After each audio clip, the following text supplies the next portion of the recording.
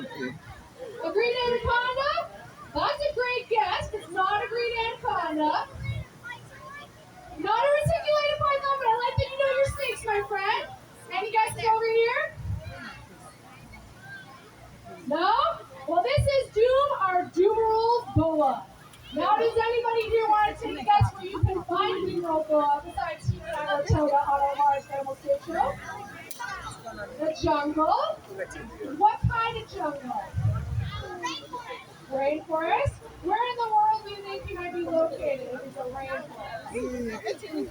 South America. That's a great guess. Because guess what? These guys come from Madagascar. So my favorite thing about Doom here is his pattern.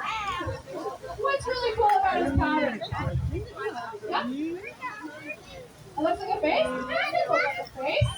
What else is really cool about his pattern? That's it? Well, he actually has a pretty intricate pattern for a Doomerol boa. And why they have this intricate pattern is because it helps them with something very, very important.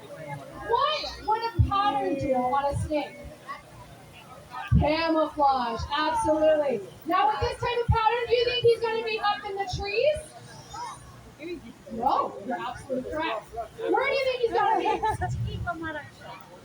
On the ground, absolutely. And when these guys are on the ground, they are almost invisible with that pattern. So they mix in with all the twigs, the dirt, everything. Now, my favorite thing about when I talk about any type of snakes is, how do you think he feels?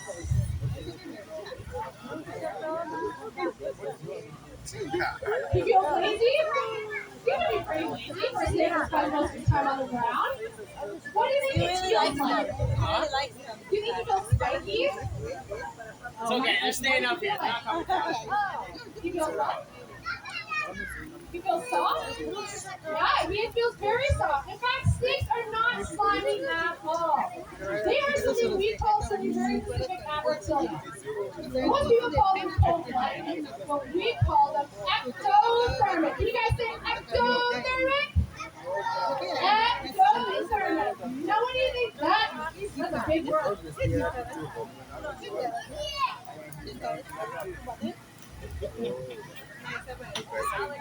You say cold-blooded?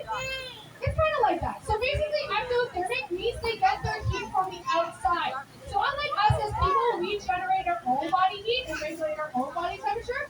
Whereas snakes like Doom here and all other reptiles, they need the environment to control their body temperature. So today is an excellent day for Doom because it's a perfect temperature for these types of snakes.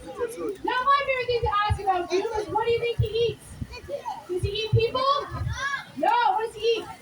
Rats. Yeah, he eats rats. What else do you think he can eat? Eggs? Chameleons? Probably not, just because they come from different parts.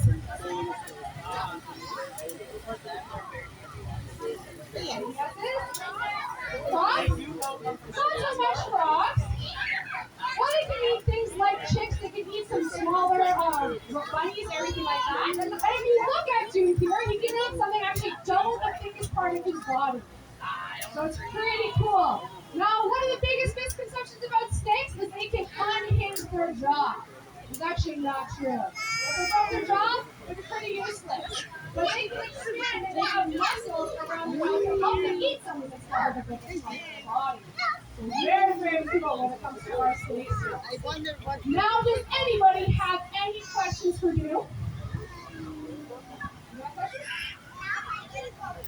How did we get him here? Well, we came here, we see our fins here. We keep them in there for their traveling. It's like their little seat belts. But they come back from our zoo on Reptilia and Whippy.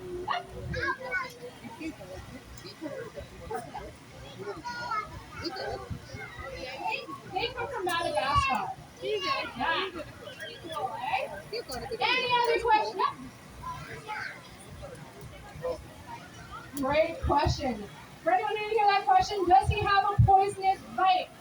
Absolutely not. He's actually not poisonous or venomous. He is what we call a constricting snake. So he uses the muscles in his body to squeeze, and then he swallows his prey completely whole.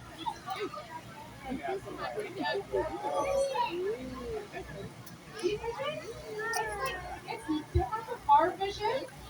What is this?